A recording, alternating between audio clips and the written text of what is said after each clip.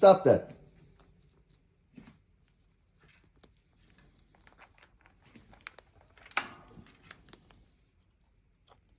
Stop that. You stop throwing those walnuts. You always do this. Look at these two.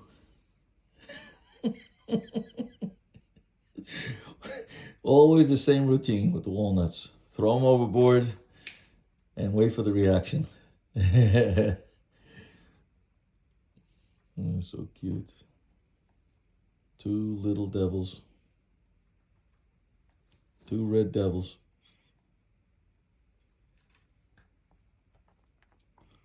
Look at these guys. Look at these little monsters. Oh, stop that! Stop that! Making me pick up all your nuts and put them back in.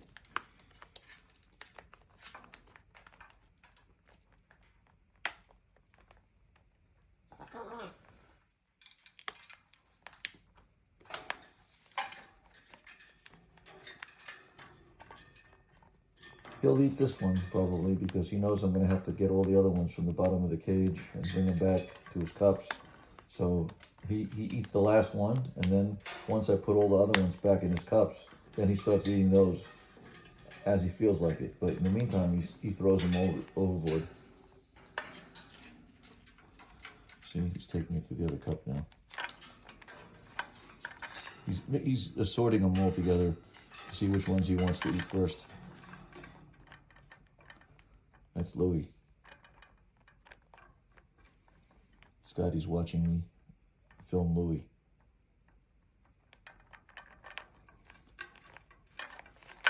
Of course, Scottie's not going to let him eat by himself because he wants that food too. So he's going to go over there and start taking food.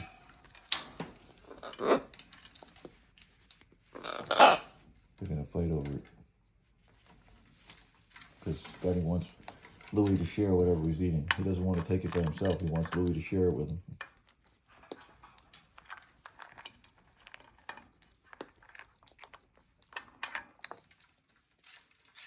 Louie. Now he's bringing it back to the other cup.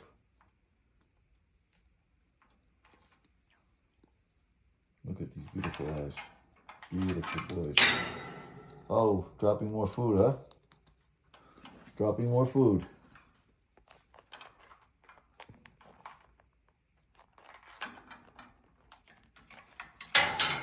Probably threw almost all their food overboard. The big nuts.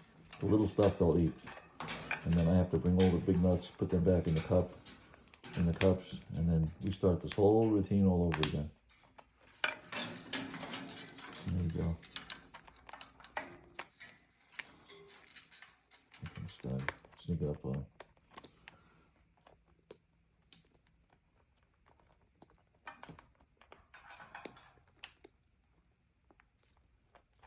Hey, you flathead.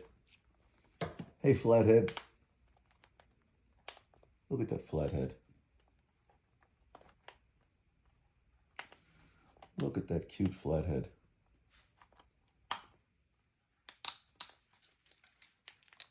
Beautiful colors. Big yellow bands. Look at the big yellow bands. Beautiful yellow and red and blue, like a rainbow. Look. Oh, hey, stop that. This is normal, every day, play fighting while they eat. alpha males, both of them, both alpha males.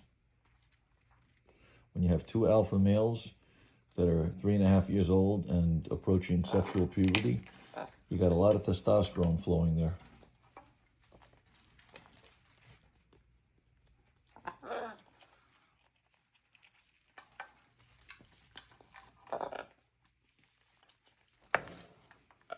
First, only Scottie was the alpha male. Now that Louie surpassed him in weight, and he's more muscular, so he doesn't let Scottie shove him around anymore like he used to.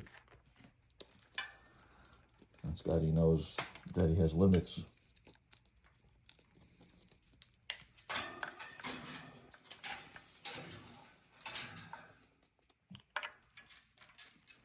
There's Louie.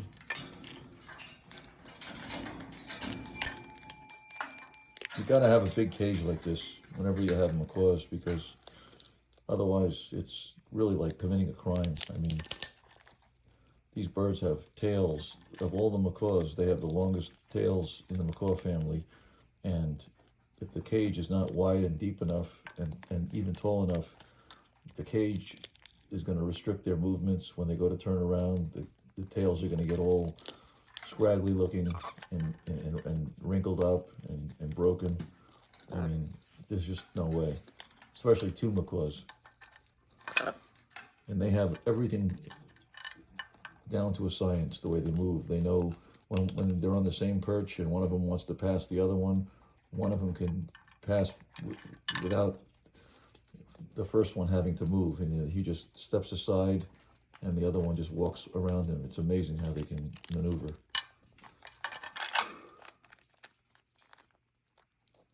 Look at these guys. They're just focused on the food, nothing else. They know I'm here filming them, but they just want all the attention. They love attention. If I could be here 24 hours a day, I would. And if I could be here 24 hours a day, they would want me to. Oh, he's dropping more. What did he drop here? Let's see.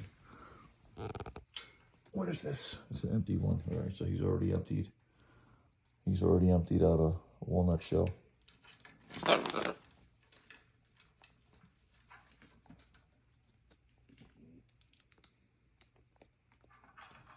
It's Scottie over there. He's taller. Scottie's taller, and he has longer wings, longer legs, and overall, he's a longer bird. Tails are about the same length. Louie's head is larger, and Louie's body is a lot more muscular. He's more stocky. He's a stockier build. He's probably about 1/2 pound heavier than Scottie. His beak, he has much more bite force. His generating bite force is much greater than Scottie's. So what Scottie does is he lets Louie open up the really hard nuts, like the Brazil nuts, and then he shares it with Scottie. Not that Scottie couldn't do it on his own, but if he doesn't have to work so hard, why should he, right? He's got a brother to do all that. His kid brother does it all for him.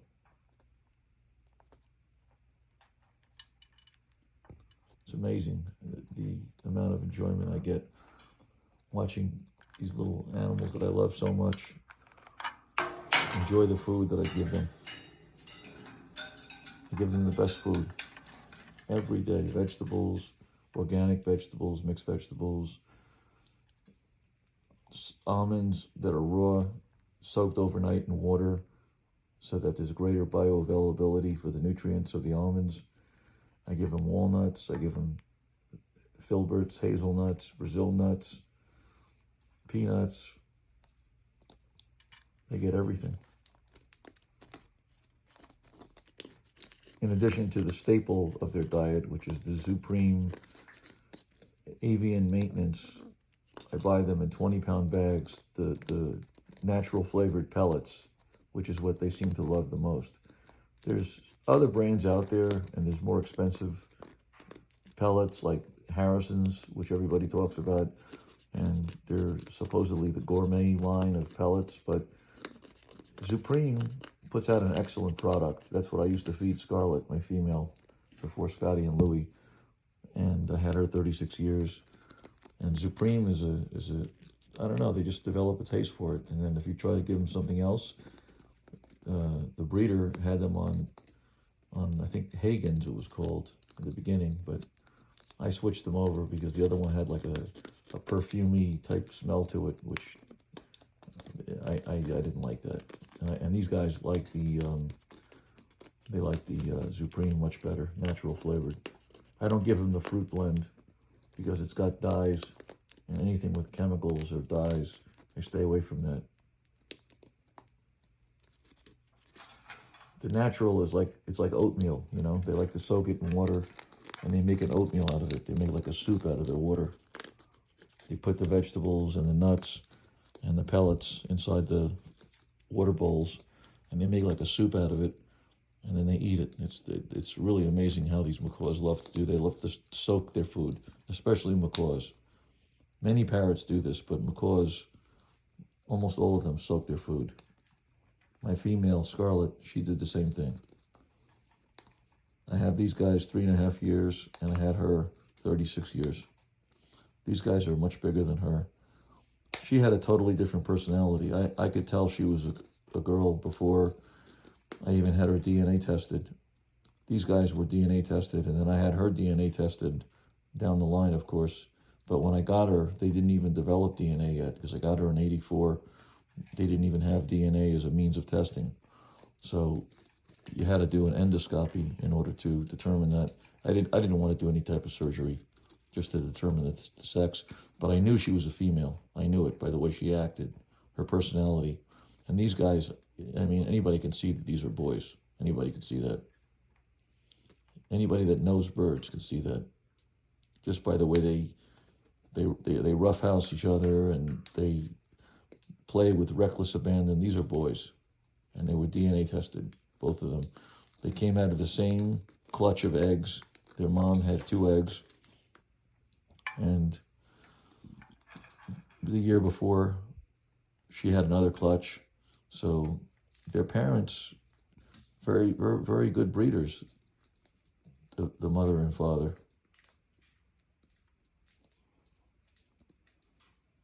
Yeah, this time they had Scottie and Louie, 2 males that turned out to be such beautiful companions and the pillars of my life.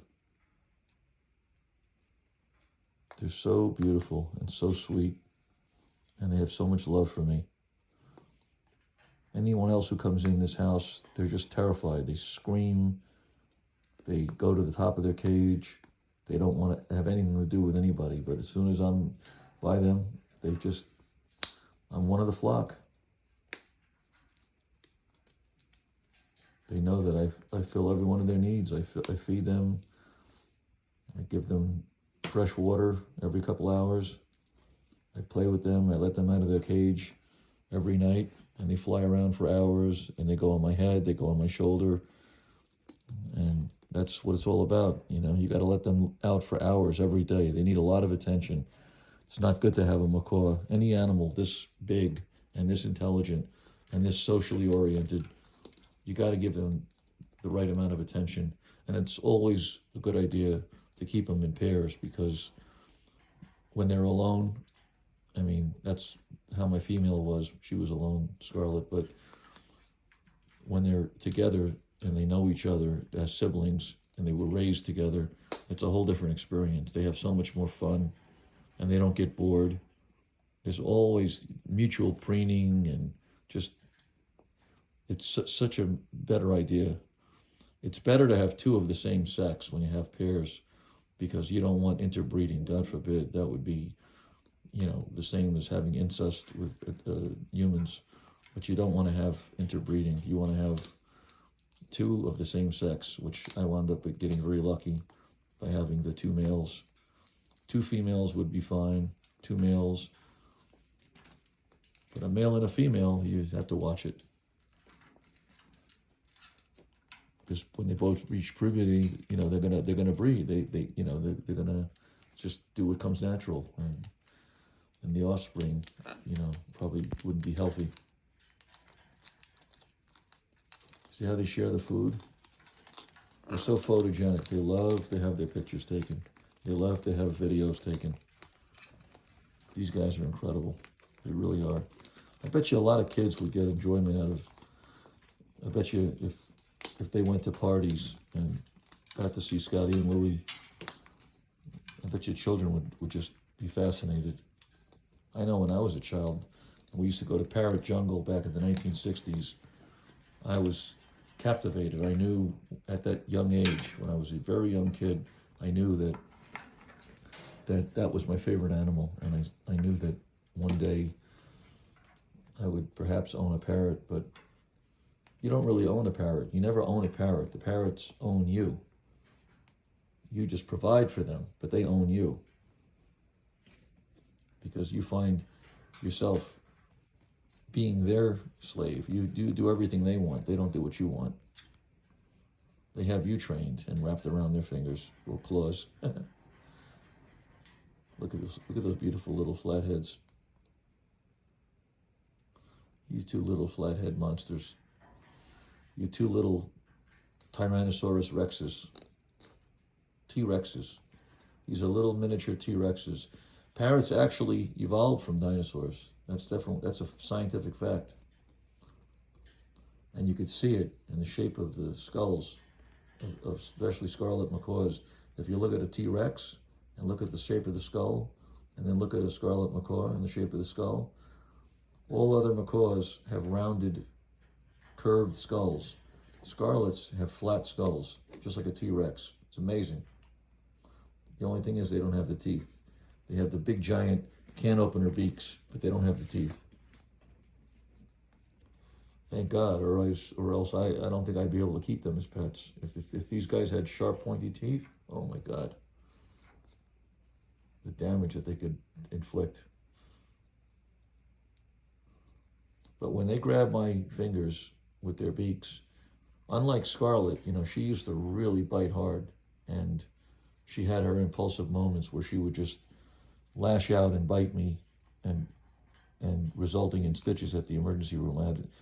I lost count probably over a dozen times that I had to go to the ER and get stitches around the lip and my finger areas where she would bite me. These guys never bit me that hard. They always back off. When they bite me, they'll apply enough pressure to show me who's boss and leave little bite impressions or dent marks in my skin. They might draw a little bit of blood, just a very little bit. I mean, nothing that will continue to bleed, but they back off instantly because they know when they're hurting me. If I raise my voice and I tell them, real loud, stop it, don't bite, and they know exactly what it means. They know. They're very intelligent birds. They have the intelligence of toddlers. They're like human toddlers that never grow up. They physically they mature, but mentally it's like having a 2-year-old all their lives. Look at these beautiful guys. This is testament that there is a God. This is testament. I mean, look at the beauty that is created by nature, and it just makes me feel that there's got to be a supreme power out there in the universe that is responsible for all of the wonderful creatures and all the wonderful flora and fauna and all of the natural wonders of the world, which animals are part of, that make it an interesting place to be, and that make it a wonderful place to be. You get used to people. In fact, you get sick and tired of people, but you cannot ever. I could never get sick and tired of animals. Never. I've never met an animal that I didn't love, and animals all seem to love me because they can feel the love. They're very good on picking up on vibrations. Dogs, cats, birds, they know when you love them. And they know when you're afraid of them, or if you don't like animals, they can sense that too. And they just, believe me, they don't want to be around people like that. Or these sick people that want to hurt animals. I mean, there's some sick people out there who do that. And people who have macaws like this because they want to show off, oh, I have a lot of money, I have a Scarlet Macaw. And then they find out later on that they just can't handle the bird because the bird's too much for them. So they wind up putting the bird in a cage 24 hours a day, feeding it incorrectly, stressing the bird out, and the bird starts just developing terrible habits, behaviors. And then they wind up, if they're smart, they'll let somebody with a better home raise the bird. I bought these birds from a breeder, so the breeder knew that I had experience with macaws because she knew that I had a female that recently passed away, and I was heartbroken, and I needed these guys in my life so badly. I needed them to heal the wound, otherwise I just couldn't go on. It was just too painful. And these guys came along just at the right point in time in my life. Look how he's looking at me. He knows I'm talking about him. Scottie. Scottie. See? He knows his name. Hey, Scottie. Hi, baby Scottie. Hi, baby Scottie. Hi, baby Louie. Oh, these guys are so sweet. Look at the way they hang out there. Hey, sweetheart. Hey, sweetie. Scottie. Scottie is the one that has the chew marks on the bite collar. Yeah, those bite collars are very handy because after a while, macaws sometimes start self-mutilating just out of the blue. There's no, there's so many different reasons why it can happen, but it's very common with macaws. They self-mutilate, or like plucking their feathers, or they barber their feathers, which is what Louie was doing, chewing on his feathers. Scottie was biting his own leg and caused some wounding of his left leg that had to heal. And that was a horrible experience, but they heal very quickly. And when you put the collars on them, it's like going through, you really need 2 or 3 people to do it, but I did it myself for both of these babies. And the collars are worth their weight in gold. The collars keep them from plucking and from biting themselves. And the wound immediately healed on Scottie's leg, and he's doing great. The only thing is there's some feathers that are missing in his breast area where the collar rubs up and down against that part of his breast. Louie was plucking himself. Not plucking, but barbering. He was barbering. The difference between plucking and barbering is plucking is where they pull the feather out by its shaft or by its quill. And barbering is where they actually chew on the feather.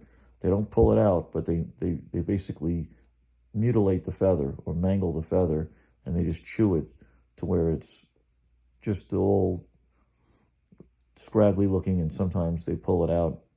But that's what was going on with Louie. So I put the bite collar on him because I knew that Scottie was doing well with it, and before you knew it, now all Louie's down feathers, he was all bald on his breast, but now his down feathers have all grown back, and the next feathers that'll come along will be the red feathers, the red breast feathers.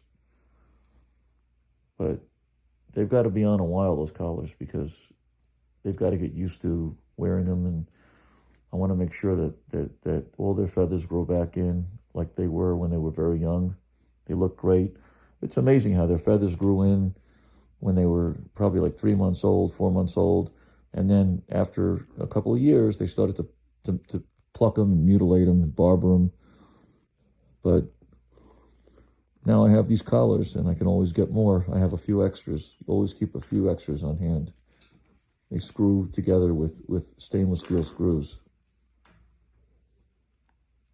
And they're very durable. Most people don't know about them, and then they go to the vet. The vet will put the same collar on and charge hundreds and hundreds of dollars for the same thing that The collar only cost me 20 bucks.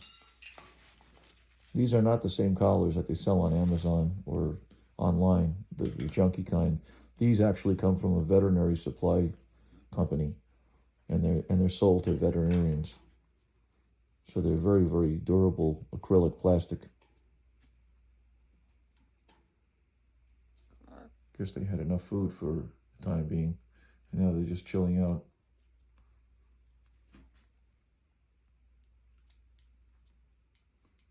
They love when you rub their feet. See, Louie loves to have his foot rubbed. Parrots love foot rubs and belly rubs when they get to trust you. When they really love you and they trust you, and you talk in a very soft, quiet voice, they love that. And they love to have their toes massaged and rubbed. They love that.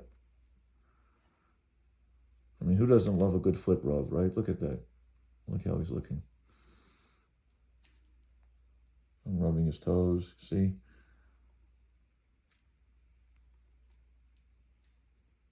Hi, Louie. Hi, baby.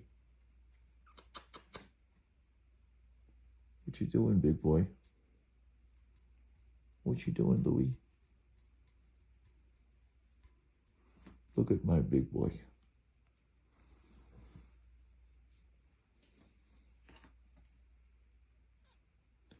And Scottie's over here.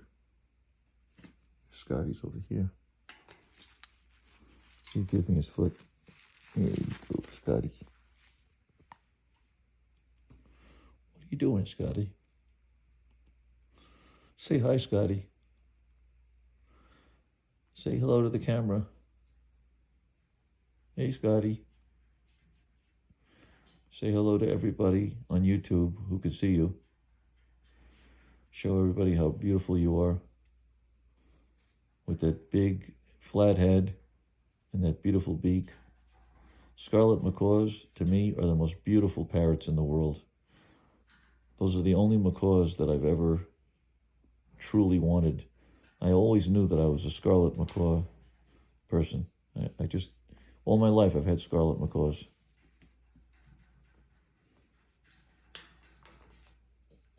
I just seem very drawn to them, and they have very difficult personalities for people who aren't able to deal with macaws. Scarlets are very, very different than other macaws. They're very, very emotional, and they're very, very high-strung, similar to like a Doberman pinscher in the dogs, where Dobermans are also that way. But Scarlets are like the Doberman pinschers of the macaw world.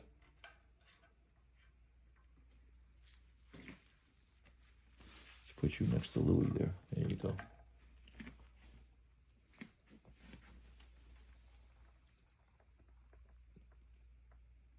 Hey guys. Hey big boys.